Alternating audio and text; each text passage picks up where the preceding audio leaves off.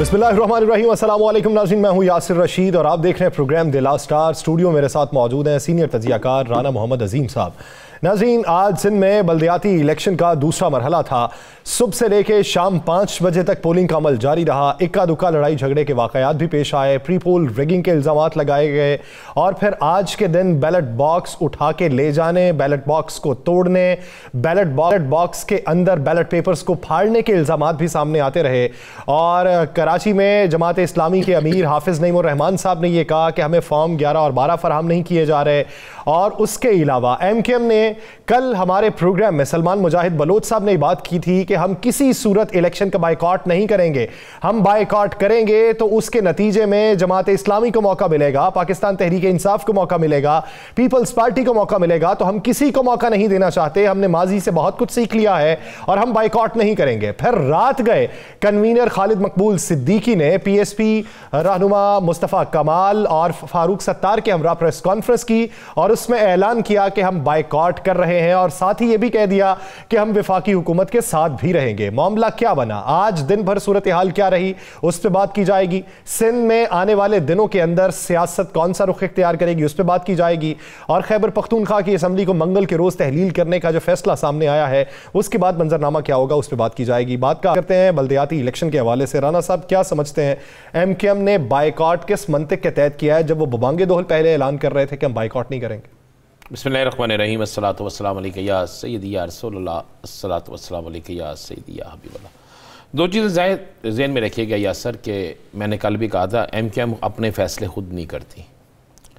MKM के फ़ैसले किसी और जगह से होते हैं और जो फ़ैसला होता है उस पर वो बेचारे अमल करते हैं। वो सबसे मज़लूम इस वक्त जमात है, मैं आपको ये बिल्कुल जेन्युइन बात बताऊँ, क्योंकि उनके फ़ैसले बेचारों के अपने है ही नहीं। तीनों इकट्ठे भी हो गए, तीनों ग्रुप इकट्ठे हो गए, सारा कुछ हो गया, लेकिन उसके बावजूद वो इलेक्शन इसलिए लड़ने नहीं गए कि जनाब वहाँ पर वोटर ने निकलना नहीं था। आज आप मुझे एक बात बताएं, कराची शहर हो, कोई वोटर, कोई एक यूनियन काउंसिल मुझे ऐसी बता दें जिसमें आप ये कहें कि 10,000 वोट पर है। तकरीबन ज़्यादा से ज़्यादा 20 या 30% टर्नओवर। तो मुझे ठीक है, ये भी आप बहुत ज़्यादा बता रहे हैं ना। तो बल्दियाती इलेक्शन में तो टर्न आउट जो होता है वो 70% होता है, 60% होता है। बल्दियाती इलेक्शन होते हैं घर घर के, मोहल्ले के, गली के, चौक चौराहों के, इसमें नहीं हुआ। इसलिए कि बल्दियाती इलेक्शन हमेशा बल्दियाती इलेक्शन जो होता है ना वो हुकूमत को एज होता है। आप मुशर्रफ के दौर में ले लें, आप किसी भी दौर में लें, नंबर 1। नंबर 2, सिंध के इलेक्शन की बात कर रहे हैं आपने पिछले इलेक्शन में दिखाया कि लोग वहां पे डाकू पैसे लूट के लेके नहीं गए, बेल्ट बॉक्स लूट के ले गए, याद है ना आपको? जी जी। आपने रात को फुटेजें देखी कि किस तरह थैले निकल लेके लोग जा रहे हैं। आज आपने देखा सीलें टूट रही हैं। आज आपने देखा कि जाली वोट पकड़े गए, 1 नहीं 2 नहीं 3 नहीं, कितने पकड़े गए। आपने देखा कि नकाब पोश पोलिंग स्टेशनों के अंदर दाखिल हुए और ठप्पे लगाए, नकाब पोश दाखिल हुए, तशद्दुद किया, ऑफिसर पे भी किया तशद्दुद। अब मुझे बताएं, ये इलेक्शन थे? आप इनको इलेक्शन ना कहें। ये सिंध के अंदर इलेक्शन इस तरह जिस तरह हो रही है, ये इलेक्शन ये तरीक़ेकार नहीं होता। सिंध के अंदर पुलिस इलेक्शन लड़ती है, पुलिस इलेक्शन कराती है, पुलिस इलेक्शन जीतती है, पुलिस इलेक्शन हरवाती है। इसलिए और बल्दियाती इलेक्शन और कौमी दूसरे इलेक्शन, इनमें ज़मीन आसमान का फ़र्क होता है। मुशर्रफ के दौर में, मैं आपको सब समझाने के लिए कह रहा था कि हमारे नाज़रीन समझ सके, मुशर्रफ दौर में बल्दियाती उम्मीदवार चांद और तारा, मुझे याद है इनका इंतखाबी निशान चांद होता था, और जितने इनके उम्मीदवार थे सरकारी, वो सारे के सारे जीतते थे। और जब कौमी और सूबाई असम्बली के इलेक्शन हुए तो उनमें से कोई नहीं जीता। ये इलेक्शन DC, AC और मुतल्लिका इलेक्शन कमीशन, ये सारा कुछ वहीं पे चलता है। लिहाजा कराची में होने वाले इलेक्शन, हैदराबाद में, दादू में, यहाँ पे होने वाले इलेक्शन जो थे दीगर जगहों पे, ये इलेक्शन नहीं थे, ये ताकत का एक मुजाहरा था। जिस जगह जिसकी जितनी ताकत थी वो वहाँ पर जीत गया, जिस जगह जिसकी जितनी ताकत नहीं थी वो नहीं जीता। क्या मामला है कि आज से 2 माह पहले या 1 माह पहले वहाँ पे इलेक्शन कौमी असम्बली के होते हैं तो हार जाते हैं, वहाँ पे सूबाई का इलेक्शन हार जाते हैं, और बल्दियाती इलेक्शन में लोग इस तरह वो इलेक्शन पीपल्स पार्टी इस तरह जीत रही है जैसे वहाँ पे पेट्रोल जो है वो 100 रुपये लीटर है, वहाँ पे रोटी जो है वो 5 रुपये की है, वहाँ पर दही जो है वो 3 रुपये किलो है, वहाँ पर प्याज जो है वो मुफ्त में है, वहाँ पे मुर्गी का गोश्त जो है वो 200 रुपये किलो है। क्या क्या ऐसा दिया है कि जिससे लोग वोट डालें? कौन सी ऐसी चीज आ गई कि जिससे लोगों ने वोट डाल दिया? एमकेएम ने बाइकआउट की वजह क्या बयान की है वो जरा सुनवा देते हैं। सरबराह एमकेएम खालिद मकबूल, सिद्दीक फारूक सत्तार और मुस्तफ़ा कमाल की हमरा प्रेस कॉन्फ्रेंस की, उसका कुछ हिस्सा मुलाहिजा कीजिए। इस इंतखाबात को कोई कबूल नहीं करेगा, इसकी कोई इखलाकी हैसियत नहीं है। कराची में, हैदराबाद में प्री पोल रिगिंग हुई है। 73 यूसीज कराची की कम बनी है। कराची उन सब का है जिनकी जीना और मरना इस शहर के साथ, उनका नहीं है जो कराची को सिर्फ लूटने के लिए यहाँ आते हैं। कराची तो सबका है, लेकिन अब पीडीएम हो या कोई हो और किसी की वफाकी हुकूमत हो, अब उन्हें भी कराची और कराची वालों और कराची के ये जो वारिस और नुमाइंदे हैं उनका बन के भी दिखाना है, वरना मशावरत का अमल जारी है। बहरहाल एमकेएम ये ठेका वापस ले रही है हुकूमतें बनाने का और चलाने और गिराने का। एमकेएम ठेका वापस ले रही है हुकूमतें बनाने और गिराने का, यानी राना साहब ये समझें कि अब की बार जब नए इंतखाबात होंगे उसके बाद एमकेएम किसी वफाकी इत्तेहाद का हिस्सा नहीं होगी। नए इंतखाब क्यों? एमकेएम को अब निकलना चाहिए भाई। इस आज उन्होंने कहा बनाने या तो निकलना चाहिए ना। एमकेएम को तो ये ऐलान करना चाहिए था हम वफाकी हुकूमत का हिस्सा नहीं है, हम इस इत्तेहाद से बाहर जा रहे हैं, हम किसी ऐसे इत्तेहाद का हिस्सा नहीं बने। देखें, वजीर आज़म ने इनकी बात नहीं मानी, आसफ अली जरदारी ने इनकी बात नहीं मानी, बिलावल भुट्टो ने इनकी बात नहीं मानी, वहां पे वजीर आला सिंध ने इनकी बात नहीं मानी, तो फिर ये किस हैसियत से उसका हिस्सा है? यहां तो ये इक्तदार के दरिया की मछली है, उसके बगैर नहीं रह सकते। अगर रह सकते हैं, अगर ये कराची का दर्द रखते हैं, हैदराबाद का दर्द रखते हैं, अवाम का दर्द रखते हैं, निकले बाहर, छोड़ दें इक्तदार को। अब तो इम्तिहान है। बल्दियाती इलेक्शन का बाइकआउट करना कोई इम्तिहान नहीं था। सच्ची बात तो मुझे यह पूछें कि अल्ताफ भाई ने ऐलान कर दिया था कराची से वोटर कोई ना निकले, असल बात करता कोई नहीं है। लेकिन ये तो बयानियां ये बना रहे हैं कि हमने बाइकआउट किया तो टर्नओवर आप देख लें कि 70% मान लिया बाइकआउट किया। अभी ये जो आखिरी आपने इनका एक फिक्रा सुनाया है तो उस पर अमल करें ना। कब करना है अमल? अगर अमल नहीं करना तो फिर मैं भी वो कह रहा हूं कि इनकी कोई चीज़ बेचारों के अपने बस में नहीं है। मैं बेइंतहा इज्जत करता हूं इन सब की, लेकिन जो हकायक हमें बयान करने चाहिए। कोई एक बात इनकी अपनी नहीं है और कभी भी इनका फैसला अपना नहीं हुआ। अब भी फैसले कहीं और से हो रहे हैं, डोरियां किसी और जगह से हिल रही हैं। जब डोरियां इनकी अपनी होंगे, अपने हिलाने वाले होंगे, अपने फैसले खुद करने वाले होंगे, तो आज से बहुत पहले ये इक़्तिदार छोड़ चुके होते। आज इनकी पोजीशन और होती। अब लोग इनसे पूछेंगे नहीं कि आपने जिनसे जो मुआहिदे किए थे, जिस वजह से जिनके साथ इक़्तिदार में गए थे, एक मुआहिदा पूरा नहीं हुआ तो क्यों इक़्तिदार की कुर्सी पे बैठे हैं? क्यों सबस परचम वाली गाड़ी में आप सफर कर रहे हैं? क्यों आप वजारतों के मजे लूट रहे हैं? क्यों फिर दोबारा आप जाकर उनसे मिल रहे हैं? ये सवाल तो किया जाएगा ना। अच्छा राना साहब, आप क्या समझते हैं मेयर के उम्मीदवार जमात इस्लामी के हाफिज नईमुर रहमान, दूसरी तरफ पाकिस्तान तहरीक इंसाफ के खुर्रम शेर जमान, ये इलेक्शन में इस वक्त जो बरतरी हासिल कर रहे हैं, अगर एमकेएम होती तो नताइज यही होते? बिल्कुल यही होते। अच्छा, बिल्कुल यही होते। इसी खदशे के पेश नज़र फिर उन्होंने मुलतवी किया। जी बिल्कुल यही होते। और मुझे हैरानगी यह है कि पीटीआई क्यों पीछे रह गई। क्या पीटीआई की मकामी क़यादत को यह सोचना होगा, कप्तान को इस पर गौर करना होगा कि सिंध के अंदर, कराची में, जहां इनके इतने एमएनए हैं, इतने एमपीए हैं, उस हिसाब से उसके अलावा कप्तान वहां से खुद जीता है, कप्तान का तोती बोलता है, तो फिर इनके लोग क्यों नहीं जीते? किसकी नाकस हिकमत अमली थी? अगर धांधली सामने लाएं। वैसे धांधली तो मुझे भी नजर आ रही है, आपको भी नजर आ रही है। एक खबर तो ये भी है, इसमें किस हद तक सदाकत है ये तो मालूम नहीं। कहा यह जा रहा है कि पाकिस्तान तहरीक इंसाफ के 70% कारकुनान ने जमात इस्लामी को कराची में वोट दिया।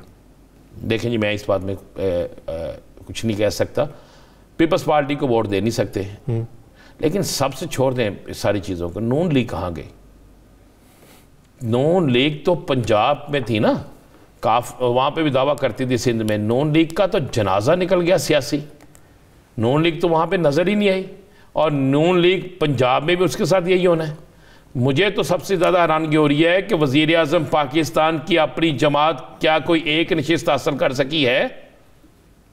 क्या उनका वहाँ पे वजूद है? अगर सिंध में एक जमात का वजूद ख़त्म हो गया है, केपीके में उसका वजूद ना होने के बराबर है, बलोचिस्तान में वो जीरो हो गई है, तो मुझे बताएं फिर वफाक की जमात है? वो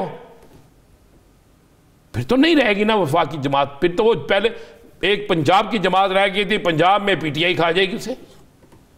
तो आपको जरूर देखना चाहिए कि आइंदा आने वाले हालात जो है ना वो बड़े बड़े तेजी से।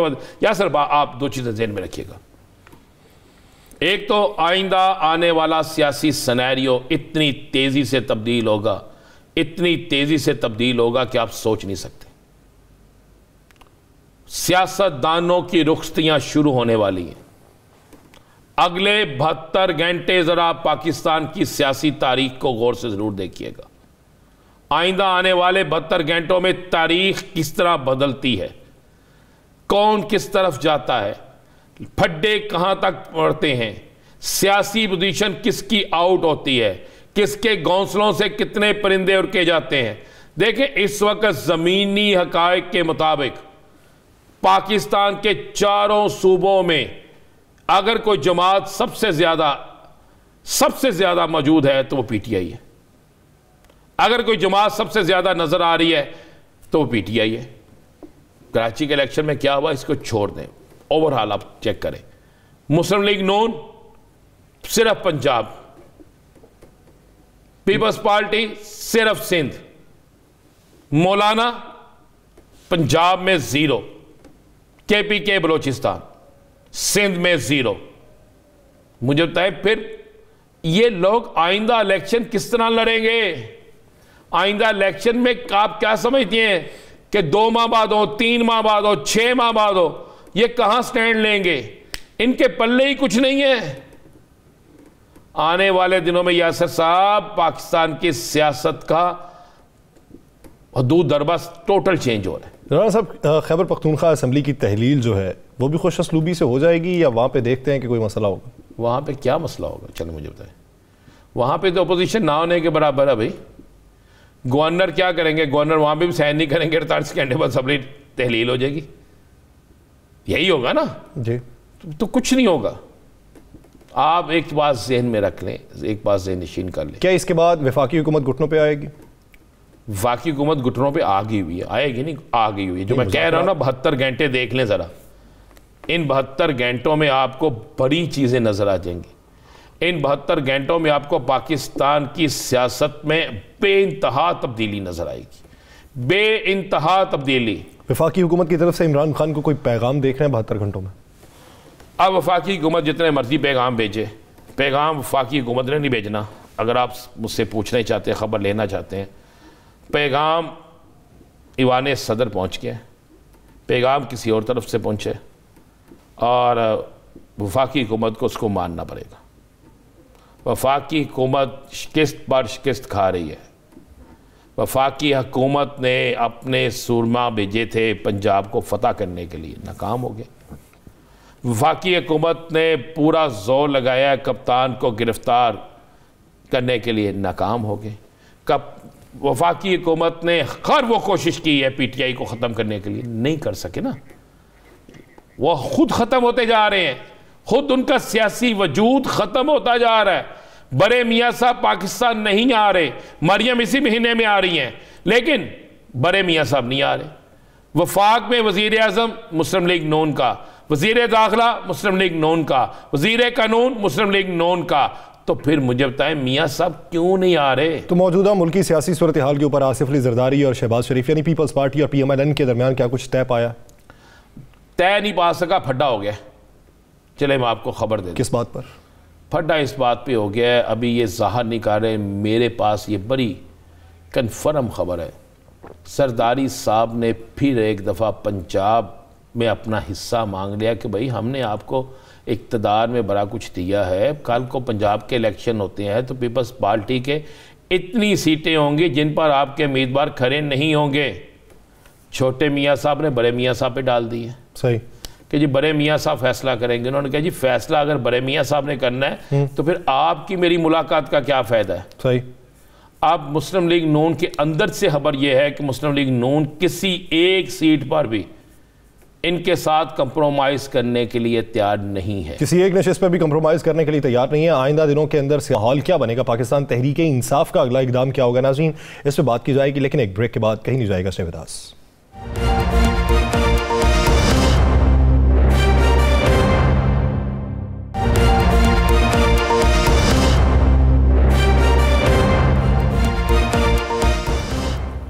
ब्रेक के बाद खुशामदीद। नाज़रीन, पाकिस्तान तहरीक इंसाफ खैबर पख्तूनख्वा की असम्बली को तहलील कर देगी तो उसके बाद इम्कानात क्या हैं? क्या ये सिर्फ इसी सोच विचार में है कि खैबर पख्तूनख्वा और पंजाब के इंतखाबात होंगे, या फिर इन्हें ये लगता है कि किसी तरफ से इशारा हो चुका, मंजरनामा वज़ा हो चुका, कुली तौर पर इंतखाबात की तरफ माइल होंगे? पाकिस्तान तहरीक इंसाफ इंतखाबात में उतरेगी तो किस हद तक जारहाना पॉलिसी होगी? मैकेनिज्म क्या होगा? माजी से क्या कुछ सीख के मुस्तकबिल में बेहतरी के इम्कानात रोशन किए जा सकते हैं? इसी बारे में बात करेंगे। पाकिस्तान तहरीक इंसाफ के रहनुमा अली अफजल शाही साहब ने हमें ज्वाइन किया है। शाही साहब, बहुत मशकूर हैं आपके वक्त के।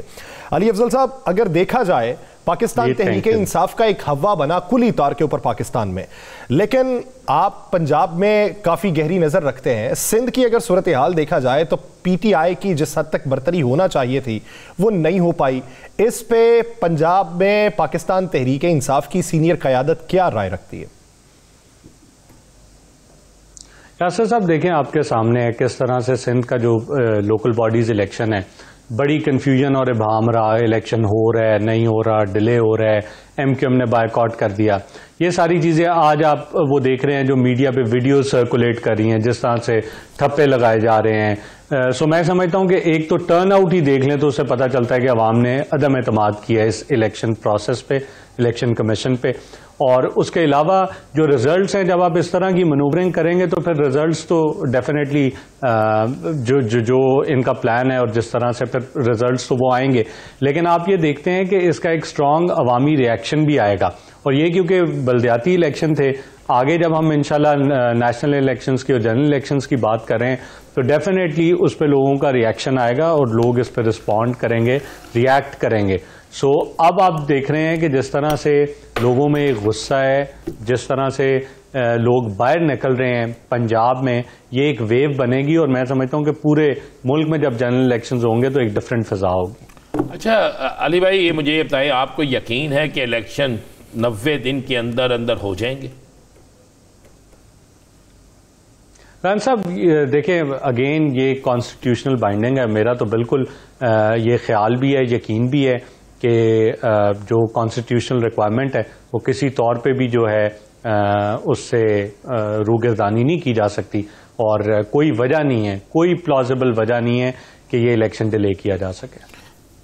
अली साहब, आप क्या समझते हैं, पाकिस्तान तहरीक इंसाफ में शमूलियत के लिए पाकिस्तान मुस्लिम लीग नून या दीगर जमातों के क्या कोई अराकीन राबिता कर रहे हैं? कल मियां असलम इकबाल साहब ने यह कहा कि PMLN के कुछ लोग PTI में शमूलियत इख्तियार करना चाहते हैं। आज खान साहब ये कह रहे हैं कि जनूबी पंजाब में PTI के कारकुनान को नून लीग और पीपल्स पार्टी में शामिल करने पर मजबूर किया जा रहा है। नहीं यासिर साहब, बिल्कुल इसमें कोई ये एक राय नहीं है, ये तो मैं आपको इन्फॉर्मेशन की बुनियाद पे कह सकता हूँ। जो ये रिजल्ट आपने देखा है पंजाब असेंबली में 186 का नंबर जो पूरा हुआ है, ये क्यों पूरा हुआ है? देखें, ये समझने की ज़रूरत है। ये इसलिए पूरा हुआ है कि लोग, ये जो इलेक्टेड नुमाइंदे हैं, वो ये समझते हैं कि अगर वो PTI के टिकट पे मुंतखब होने के बाद PTI के सपोर्टेड कैंडिडेट को वोट नहीं देते तो एक स्ट्रांग रिएक्शन आएगा और ये लोग हल्कों में इलेक्शन नहीं लड़ सकेंगे। सो ये एक बुनियादी वजह। बाकी लोग खान साहब के साथ खड़े हुए, हमने 186 का नंबर पूरा कर दिया। सो ये जो सियासतदान हैं, ये बड़े, देखें, मंजे हुए सियासतदान पंजाब असेंबली में मौजूद हैं, नेशनल असेंबली में मौजूद है। अब इन्होंने सियासत करनी है, इन्होंने सियासत, अगर सियासत करनी है तो इन्होंने देखना है, अवाम की नब्ज पे इनका हाथ होना है। इन्होंने देखना है कि अवाम क्या एक्सपेक्ट कर रही है, अवाम किसको अपना वजीर आजम और वजीर आला देखना चाह रही है। सो इस सूरत हाल में जब वो देखते हैं कि अवाम ऑल आउट PTI के साथ है, अवाम इमरान खान साहब के साथ खड़ी है, सो ये किसी भी सियासी बंदे की मजबूरी है इस टाइम पे। PTI का टिकट ये कोई ढकी छुपी बात नहीं है, सबसे फेवरेट टिकट है। सो डेफिनेटली PTI का टिकट बहुत फेवरेट टिकट है, बहुत से लोग इसका टिकट लेना चाहेंगे, इसमें कोई दूसरी राय नहीं है। मेरा एक सवाल वही था, अगर 90 दिन में इलेक्शन नहीं होते तो PTI फिर क्या करने जाएगी? आप कहते हैं आइन में ये मौजूद है, कौन सा काम आपके साथ पहले कौन सा काम आइन के मुताबिक हुआ है जो अली भाई आप समझते हैं कि बाकी काम भी वैसे? साहब बिल्कुल ठीक आपने निशानदेही की। उसके बाद तो देखें, हमारे पास लीगल ऑप्शंस हैं, हम अदालतों में जाएंगे, लेकिन मैं नहीं समझता कि अब इस तरह से कोई ये 90 दिन बाद अदालतों में जाएंगे या निगरान ये अगले 10 दिन में आप अदालतों में जाएंगे कि शेड्यूल का ऐलान किया जाए? हाँ नहीं बिल्कुल रान साहब, इन्होंने शेड्यूल का तो अनाउंस इन्होंने करना है और बिल्कुल 90 दिन का वेट नहीं किया जाएगा। फौरन जाएंगे जब हमें लगेगा कि ये डिलेइंग टैक्टिक से अडॉप्ट करें। लेकिन मैं अगली बात ये कर रहा था कि मैं नहीं समझता कि ये ऐसी अहमकाना हरकत करेंगे, क्योंकि देखें लोग इस पे रिएक्ट करेंगे, एक गम और गुस्से की लहर आएगी। पहले ही इनको उम्मीदवार नहीं मिलने इलेक्शन कंटेस्ट करने के लिए। अगर कोई भी ऐसी हरकत की गई तो इलेक्शन तो नहीं रुकना, इलेक्शन तो इंशाल्लाह होगा, आप देखेंगे। सो उससे जो कोई इनकी बची कुची सीट्स हैं वो भी डिस्टर्ब हो जाएंगी। सो मैं नहीं समझता कि इस किस्म की कोई अली साहब आप क्या समझते हैं, पाकिस्तान तहरीक-ए-इंसाफ बिलखुसूस क्या समझती है कि कुली तौर पे वफाकी हुकूमत इलेक्शन में क्यों जाएगी? क्योंकि वफाकी हुकूमत के नुमाइंदगान को ये लगता है कि मुल्क के अंदर जो मुआशी बदहाली फैल चुकी है, इलेक्शन में जाएंगे तो हमें नाकामी का सामना करना पड़ेगा। अब वो इसे बेहतर करने के लिए वक्त मांगते हैं और बेहतर करने के लिए उन्हें 6 महीने दरकार है। तो आप क्या समझते हैं कि वो कौन सा नुक्ता है, कौन सा मरहला है कि जिस पे ये मायल हो जाएंगे? यासर साहब, ये 40 साल से लगे हुए हैं, ये नालायक लोगों का टोला है, इनसे क्या बेहतरी की तवक्को की जा सकती है? 7-8 महीने में जो इन्होंने बेड़ा गर्क किया, अगर इनको 6 महीने मिल गए तो खुदा न खासा मुझे तो पाकिस्तान में श्रीलंका के हालात बनते नजर आ रहे हैं। सो ये जो आपने देखा किस तरह से एक मखसूस शख्स को बाहर से लाया गया कि ये डॉलर 200 पे ले आएगा, आज आप देखें आपको ओपन मार्केट में 260 पे डॉलर मिलता है। सो ये तो जो इनकी टीम है, इसकी शेयर इनकॉम्पिटेंस है, ये तो सबके सामने है। सो ये तो किसी को किसी भी किस्म का इबाम नहीं है इनकी कॉम्पिटेंस पे, इनको भी नहीं है। इनको भी पता है कि ये नालायक हैं और हालात इनके हाथ से तेजी से स्लिप कर रहे हैं। जो आपने ये बात की कि ये 6 महीने में हालात बेहतर कर लेंगे, ये 40 साल में नहीं कर सके, ये अगले 40 साल में भी नहीं कर सकेंगे। सो इस वक्त हालात ठीक करने का वाहिद फार्मूला ये है कि आप इलेक्टेड एक नया इलेक्शन करवाएं, फ्रेश मैंडेट दें, जिसको लोग चाहें उसको लेके आएं, ताकि जो गवर्नमेंट आए जो ये कहते हैं सख्त डिसीजंस, तो वो गवर्नमेंट ले जिसकी क्रेडिबिलिटी हो। इनकी क्या क्रेडिबिलिटी है? आप देखते हैं रोज ट्विटर पे ट्रेंड्स चल रहे होते हैं, ये इंपोर्टेड गवर्नमेंट है, लोग रिलेट नहीं कर सकते इनके साथ। लोग समझते हैं कि ये उनकी मुंतखब करदा हुकूमत नहीं है, लोगों ने इनको वोट नहीं दिए थे। ये तो आपने देखा कैसे 13 जमातों का एक इत्तेहाद करवाया गया और वो इत्तेहाद करवाने के बाद सो ये फार्मूला फेल हो चुका है। ये रेस्ट एश्योर्ड मैं नहीं समझता कि किसी भी पाकिस्तानी को इस चीज में कोई भाम या शक है कि ये डिलीवर कर सकते हैं अगर इनको कोई 6 माह मजीद मिल जाए। अली भाई, कप्तान आज चहलकदमी की, आज माशाल्लाह वो काफ़ी बेहतर हैं। कप्तान कब से अपने जो कहते हैं इंकलाबी दौरे शुरू करने लगे हैं? कब से वो इलेक्शन कैंपेन पे या अवामी तहरीक कब से वो शुरू करेंगे? रान साहब, बिल्कुल आपने ठीक वो निशानदेही की। आज खान साहब ने वॉक की, बाहर निकले पहली दफ़ा अपने ड्राइंग रूम से, और अभी डॉक्टर्स की एडवाइस पे चलेंगे। बट मेरा ख्याल है कि इंशाल्लाह नेक्स्ट 2 to 3 वीक्स में इंशाल्लाह खान साहब फिट होंगे इलेक्शन कैंपेन के लिए। तो टिकट्स के हवाले से मुशावरत कब तक मुकम्मल कर ली जाएगी? ये भी तकरीबन 8 से 10 दिन में, क्योंकि मोर और लेस काफ़ी हद तक तो टिकट्स क्लियर हैं। पार्टी ने एक पॉलिसी डिसीजन ये लिया है कि ये जो मुश्किल टाइम पे लोग साथ खड़े रहें, इनको टिकट्स दे दिए जाएं, और फिर इसके अलावा थोड़े से हल्के रह जाएंगे जिनमें हमने टिकट्स देखने। तो वो जो लोग शमूलियत इख्तियार करना चाहते हैं, वो तो टिकट्स की बुनियाद पे शमूलियत इख्तियार करना चाहते हैं, उन्हें फिर कहां पर जज किया जाएगा? यासिर साहब, ये देखें ना, ये बिल्कुल हमारी किसी किस्म की ना कोई कंपल्शन है ना कोई मजबूरी है, ये तो उनकी जरूरत है। सो वो जिस तरह राब्ते में मैंने इसीलिए कहा ना कि 8 से 10 दिन है। सो जो ये 186 लोग थे, इनमें से तो मैं नहीं समझता जो इलेक्टेड लोग थे किसी को टिकट ना दिया जाए। इसके अलावा जो बाकी हल्के हैं, टोटल मेरा ख्याल है गालबन 297 हल्के हैं जिनमें पंजाब में इंतखाब होगा। सो इसमें से जो बाकी रह जाएंगे उस पर एडजस्ट किया जाएगा। तो आप क्या समझते हैं कि इस दफा इलेक्शन में पीटीआई जो है पहले से ज्यादा अक्सरियत से जीत जाएगी? रान साहब, ये मैं नहीं समझता है, पूरा पाकिस्तान समझता है।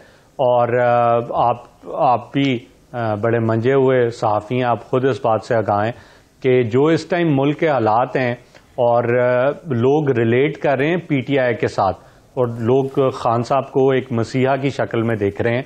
जो मुल्की हालात हैं, मैंने जैसा पहले कहा, महंगाई अरूज पे पहुंच गई है, गरीब आदमी की कोई बात नहीं कर रहा। ये तो अभी भी सियासत कर रहे हैं। आप फेडरल में देखें, हर 2 दिन बाद 3 दिन बाद वजीरों की फौज में इजाफा कर रहे हैं और किस तरह गैर मुल्की दौरे किए जा रहे हैं। तो ये सारी चीजें एक आम आदमी देख रहा है। यहाँ पे जो महंगाई की सूरत हाल है, जो बेरोजगारी की सूरत हाल है, इंडस्ट्री बंद हो रही है, एलसीज नहीं खुल रहे, यानी हर तरफ मसाइल हैं। गैस नहीं मिल रही है तो महंगी मिल रही है।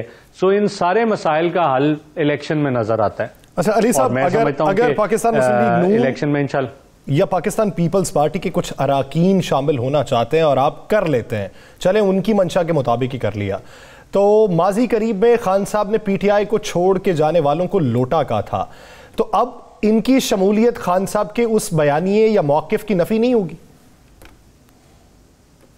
नहीं, कतई नहीं। यासिर साहब देखें, ये समझने की जरूरत है कि खान साहब का नैरेटिव क्या है और हम क्या कह रहे हैं, हम क्या प्रोपेगेट कर रहे हैं। हम ये कह रहे हैं कि आपने एक जमात के नाम का वोट लिया, एक शख्स इमरान खान साहब के नाम का वोट लिया, और फिर जब उस वोट की जरूरत पड़ी असेंबली में तो आपने अपने हलफ से रूगिरदानी की, एक ऐसा एक्ट किया जो इल्लीगल है, अनकॉन्स्टिट्यूशनल है, और आप फिर वोट दे देते हैं दूसरी तरफ, जिसकी वजह से आपको सजा के तौर पे डी सीट किया जाता है। चले ये तो मौक़िफ़ मान लिया जाए तो फिर उस मौक़िफ़ का क्या बनेगा कि इलेक्टेबल्स के पीछे नहीं भागा जाएगा? नहीं, वो बिल्कुल नहीं भागेंगे। आप देखेंगे कि हम बिल्कुल कोई बहुत ज्यादा लोग नहीं लेने जा रहे, अगर और बेतहाशा लोग हमारे साथ राब्ते में हैं, सो उनमें से सिलेक्ट किया जाएगा। पीएमएलएन में भी कोई शायद अच्छे लोग हों, सो वो देखा जाएगा, क्रेडिबिलिटी देखी जाएगी, इंटेग्रिटी देखी जाएगी, और कतन उनको ये नहीं कहा जाएगा कि क्योंकि अब तो असेंबली खत्म हो चुकी है, उनका टेन्योर खत्म हो चुका है, तो वो आजाद हैं, वो जहां से इलेक्शन लड़ना चाहें। सो जहां पे सूट किया जाएगा वो ये नाम आपके सामने आएंगे। देखें, कोई छुप के बात नहीं होगी। सो आप देखेंगे इंटेग्रिटी वाले और क्रेडिबिलिटी वाले लोग सामने आएंगे। अच्छा, ये बता दें कितने दिन इंतजार करना है आपने इलेक्शन कमीशन के शेड्यूल के ऐलान का? रमजान शरीफ भी आ रहा है, सारा 10-12 दिन में हम एक्सपेक्ट कर रहे हैं। कानून जी क्या बिल्कुल, ये केयर देखें उसका नहीं, कानून तो ये है कि ये जल्द अज जल्द इन्होंने कर देना है। जैसे ही केयर टेकर सेटअप आता है उसके 2-3-4 दिन बाद मैं समझता हूं कि ये स्केड्यूल आ जाएगा। ये अबूरी सेटअप के लिए कितने दिन? 90 डेज तो स्टार्ट हो गए जी। अबूरी सेटअप जो है इसके लिए कितने दिन का टाइम होता है? कितने दिन के अंदर अंदर ये तमाम प्रोसीजर पूरा होना? हाँ रन साहब, ये टोटल 8 दिन बनेंगे। सो 3 दिन में अगर ये लीडर ऑफ ऑपोजिशन और चीफ मिनिस्टर एग्री कर जाएं किसी नाम पे, वो ना कर सकें तो फर्दर 3 दिन स्पीकर साहब एक कमेटी बनाएंगे गवर्नमेंट और ऑपोजिशन के नुमाइंदों की। अगर ये भी ना कर सके तो ये 3 और 3 6 दिन, इसके बाद 2 दिन के अंदर अंदर इलेक्शन कमीशन जो है फिर वो फैसला कर देगा। अच्छा, अफजल साई साहब, पाकिस्तान मुस्लिम लीग काफ का मुस्तकबिल क्या है? खान साहब ये कहते हैं कि हो सकता है मुस्तकबिल करीब में पीएमएलक्यू पाकिस्तान तहरीक इंसाफ में शामिल हो जाए। देखें, ये तो पीएमएलक्यू इस पे बेहतर रिस्पॉन्ड कर सकेगी। बहरहाल मुस्तकबिल में पीएमएलक्यू का रोशन देख रहा हूं। अच्छा, मुस्तकबिल पाकिस्तान मुस्लिम लीग काफ का आप रोशन देख रहे हैं, और दूसरा ये कि 8 दिन मजीद इंतजार किया जाएगा, फिर पाकिस्तान तहरीक इंसाफ अपनी स्ट्रेटजी को फाइनल करेगी। बहुत शुक्रिया अली अफजल साई साहब इस हवाले से अपना वक्त देने के लिए। नाज़रीन, इसी मंजरनामे में मजीद भी बात की जाएगी, लेकिन एक शॉर्ट ब्रेक के बाद कहीं नहीं जाएगा। Stay with us.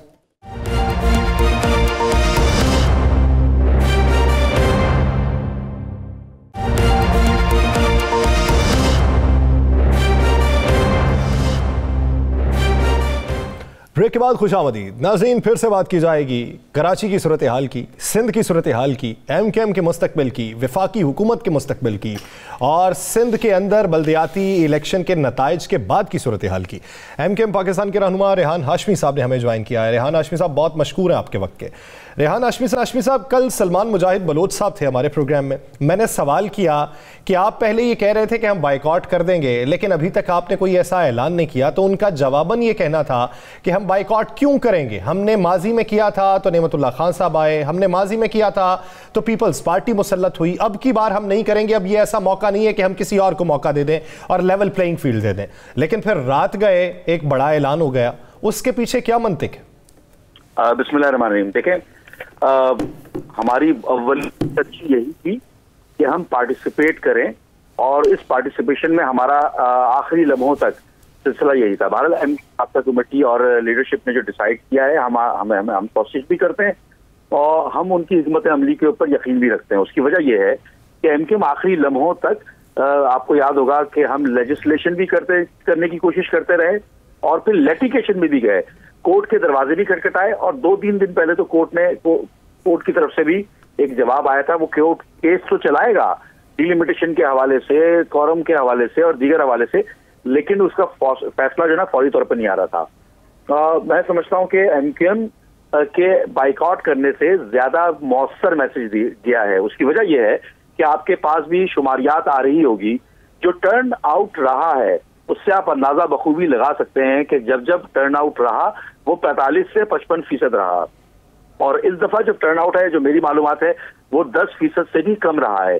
तो इसका मतलब है कि एक बहुत बड़ा वैक्यूम क्रिएट हुआ है, और ये सोचने की बात है, ये जो इंटेलेक्चुअल तबका है हमारा, वो भी मेरा ख्याल है इसके ऊपर गुफ्तगू करेगा कि इतना बड़ा वैक्यूम जो क्रिएट हुआ है, तो मेयर अवामी मेयर कहलाने के लायक होगा जो भी मेयर आएगा, और उस मेयर के पास वो इख्तियारात, वो वसाइल, वो महकमे जो कि बल्दियात के पास होने चाहिए, जिसकी जो नैरेटिव एमकेएम बार बार बयान कर रही है, और फॉर्चुनेटली वो तमाम पॉलिटिकल पार्टी उससे एग्री करती हैं, वो इख्तियारात, वो वसाइल, वो रिसोर्सेज, वो प्रोविंशियल फाइनेंस कमीशन के अवार्ड क्या इस बेइख्तियार मेयर के पास होगा? तो क्या कराची के लोग, अर्बन सिंध के लोग 4 साल तक इस बेइख्तियारी की वजह से दोबारा पिसते रहेंगे क्या?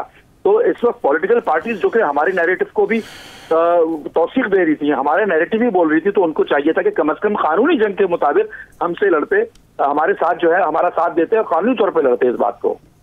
अच्छा रेहान भाई, ये तो हो गया, आप लोगों ने पहले तहरीक इंसाफ के आगे अपने मुतालबात रखे, पूरे ना हुए, आपने इक़्तिदार से लैदा हो गए।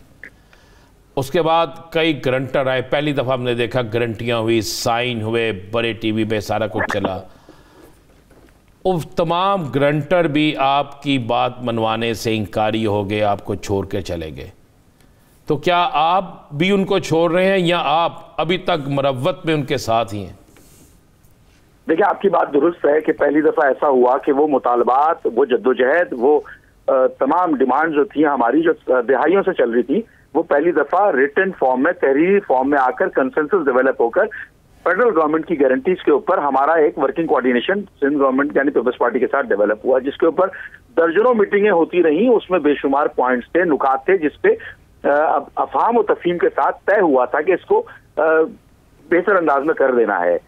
बदकिस्मती ये रही कि वो मुकम्मल नहीं हो सका नेगोशिएशन डायलॉग के बावजूद भी। अच्छा, जमहूरी मुआशरे में क्या तरीकाकार हो सकता है? आप कानून साजी की तरफ जाते हैं, आप फिर लिटिगेशन की तरफ जाते हैं, कोर्ट की तरफ, आप प्रोटेस्ट करते हैं और डायलॉग भी करते हैं। ये तमाम 4 तरीके हम अडॉप्ट करते रहे हैं, थ्रू आउट कर रहे हैं।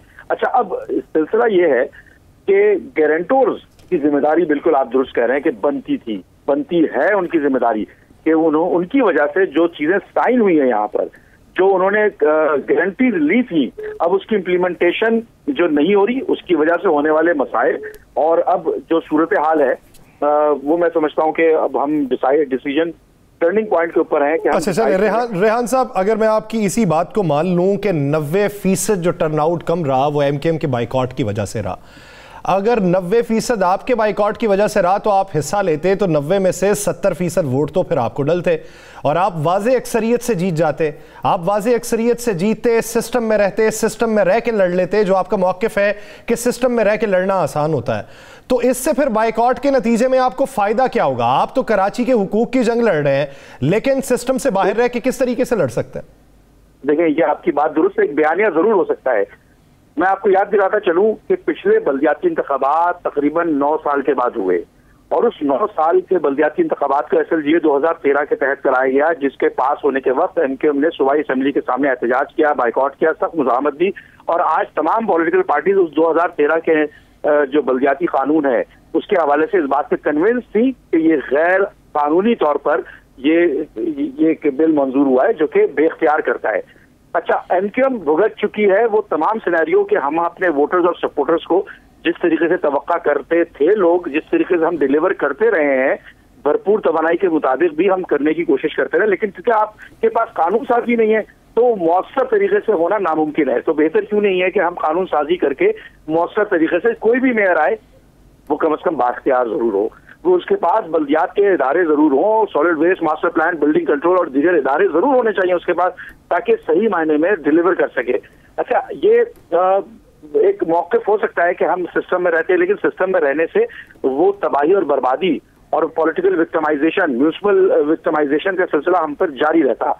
अभी सिलसिला यह है कि आप 2.5 साल से तकरीबन बल्दियाती इंतखाबात नहीं हुए थे, जो कि हो जाने चाहिए थे। ये भी सवाल पैदा होता है कि इलेक्शन कमीशन ने वो इंतखाबात 120 दिन के अंदर क्यों नहीं करवाए, और इस दरमियान में वोटर लिस्ट को बेहतर क्यों नहीं किया, डिलिमिटेशन को सही क्यों नहीं किया, और दीगर जो मसाइल थे उसको रिजॉल्व क्यों नहीं किया, सिंध गवर्नमेंट ने आर्टिकल 140A का निफाज क्यों नहीं किया, डेवोल्यूशन ऑफ पावर्स क्यों नहीं की। मैंने कहा ये सारी बातें रेहान भाई, ये सारी बातें आपके लोगों की प्रेस कॉन्फ्रेंस में हर जगह पे सुन चुके, हर चीज़ दुरुस्त आप कह रहे हैं। अब इस सारी जुल्म और ज्यादती के बाद MQM क्या करने जा रही है? देखिए, हमारे पास तमाम ऑप्शन खुले हैं, हम तमाम चीजों अब ऑप्शन बचे क्या है रेहान साहब, वैसे वो भी बता दें। आपके पास जो खुले ऑप्शन है ये इस्तेमाल कब करेंगे? एक जब ये हुकूमत खत्म हो जाएगी या कब करेंगे, हम यही जानना चाहते हैं। देखिए, अगर मैं आपको अभी बता दूं तो फिर फायदा क्या, अभी होने दे चीजें, आगे डायलॉग बढ़ने दे। अब भी डायलॉग होने हैं, अभी फैसला नहीं हुआ है इसका, अभी डायलॉग होने हैं रेहान भाई। बिल्कुल होने हैं, बिल्कुल होने हैं। और क्योंकि देखें, हम तो लॉन्ग टर्म बेसिस के ऊपर बात कर रहे हैं।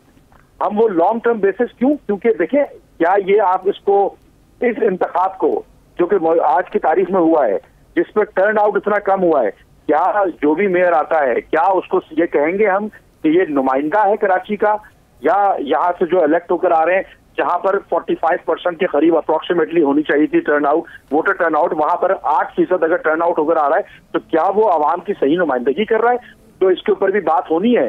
इलेक्शन कमीशन ने शेड्यूल जब जारी किया तो उसकी हैयत गैर कानूनी थी, वो कॉरम नॉन जुडिस की सूरत हाल। तो जब इतना कुछ रेहान साहब गलत हुआ, कल सलमान मुजाहिद बलोच साहब ने हमारे प्रोग्राम में यह कहा कि पीपल्स पार्टी ने हमारी पीठ में छुरा घोंपा है। आपको जब लगता है कि PMLN ने वादे वफा नहीं किए, पीपल्स पार्टी पीठ में छुरा घोंप गई, तो फिर मुज़ाकरात किस लिए करने हैं? देखिए, जमहूरी माशरे में मैंने आपको बताया ना कि क्या ऑप्शन हो सकता है। अगर तो XYZ अक्सरियत में होता तो हम उसी से डायलॉग करते हैं। हम रियासत के किसी इदारे से तो डायलॉग नहीं करेंगे ना। हाँ, हम उनसे गुजारिशात कर सकते हैं, मुख्तलिफ इदारे जिनका काम है इन्फोर्समेंट करना, जिनका काम है अदल इंसाफ फराहम करना, जिनका काम है चीजों को मॉनिटर करना, हम उनसे दरख्वास्त तो कर सकते हैं, लेकिन डायलॉग तो हम उन्हीं लोगों से करेंगे ना। हमारी मजबूरी है कि वो पीठ में छुरा घोपे, पेट में छुरा घोपे, गर्दन काट दें। हमारे पास ऑप्शन क्या है? ऑप्शन क्या बचा हमारे पास? प्रोटेस्ट करें, नेगोशिएशंस करें, डायलॉग करें, लेजिस्लेशन करें, लिटिगेशन करें। इसके अलावा हमारे पास पांचवा कोई ऑप्शन है नहीं। तो हाँ, अलबत्ता इसकी संजीदगी का लेवल जो है, इंटेंसिटी, वो थोड़ी सी बढ़ गई है। अब उसमें ये भी हो सकता है कि वुज़रा के इस्तीफे पहले दिए जाएं, उसके बाद असेंबली से को टाटा बाय बाय किया जाए। लेट्स सी क्या होता है, क्योंकि लेकिन 18वीं तरमीम के बाद अगर फर्ज करें गुनाहगार सूबाई गवर्नमेंट है, लेकिन 18वीं तरमीम के बाद हम सूबाई हुकूमत के गुनाहों की सजा अगर फेडरल गवर्नमेंट को दें, और जो सूरत हाल है उसमें रेहान भाई, आपके ग्रंटेड थे वजीर आजम पाकिस्तान, आपके ग्रंटेड थे मौलाना फजलुर रहमान, ठीक है, और आप चंद 3 दिन पहले आप लोगों की प्रेस कॉन्फ्रेंस में कहा गया कि शहबाज शरीफ साहब से राब्ता हुआ है और उन्होंने कहा जी मैं इस पर अमल करवाऊंगा। तो आप इसको 18वीं तरमीम पे लेके तो ना जाएं। ग्रंटेड तो वजीर आजम भी थे और कमेटी के जो मेंबरान थे वो 18वीं तरमीम सूबाई असम्बली के मेंबरान नहीं थे, आपके वज़रा थे। अच्छा देखें, वजीर आजम डायलॉग के जरिए ही तो करवाएंगे ना इम्प्लीमेंटेशन, या कानूनी तौर पर उनके पास बराह रास्त तो कोई इख्तियार नहीं है असेंबली डिसॉल्व करने का, या 18वीं तरमीम का निफाज करने का, या लोकल गवर्नमेंट के एक्ट को पास करने का, या डिलिमिटेशन के हवाले से इलेक्शन कमीशन को वो इन्फॉर्म इंटीमेट जरूर कर सकते हैं, अपनी रिजर्वेशन और डिसप्लेजर का इजहार तो जरूर कर सकते हैं हमारे फैक्ट्स की बुनियाद पर, जिससे हमने लेटर सदर ममलिकत समेत तमाम इदारों को भेज दिया है। कल की तारीख में हमारा एक मुकम्मल दस्तावेजात के साथ हमने सबूत और शवाहिद के साथ भेज चुके हैं हम। अब उस पर देखना है, हम लॉन्ग टर्म की बात कर रहे हैं, लॉन्ग टर्म के ऊपर क्या रिजल्ट्स आते हैं उसकी बात कर रहे हैं। दूसरी जानिब जो मेरी मालूमात है वो ये है कि वजीर आजम साहब से जब बात हुई चंद दिन पहले, तो उसमें बहुत सारे खदशात का इजहार किया गया, डिस्टेबलाइजेशन के हवाले से, इकोनॉमिक क्राइसिस के हवाले से, और मल्टीपल चीजों के बारे में डिस्कशन हुई। और उस तो खदशात का इजहार कर दिया गया है। अब उसके बाद देखना यह है कि मुज़ाकरात क्या होते हैं, मुज़ाकरात का नतीजा क्या निकलता है, फिर MKM अपना देरपा फैसला की मुस्तकबिल की हिकमत अमली को तरतीब देगी। बहुत शुक्रिया रेहान हाशमी साहब इस हवाले से अपना वक्त देने के लिए। नाज़रीन, प्रोग्राम द लास्ट आवर का वक्त खत्म हुआ चाहता है। मुझे और राना अज़ीम साहब को दीजिए इजाज़त। आपसे मुलाकात होगी अगले हफ्ते। अल्लाह निगहबान।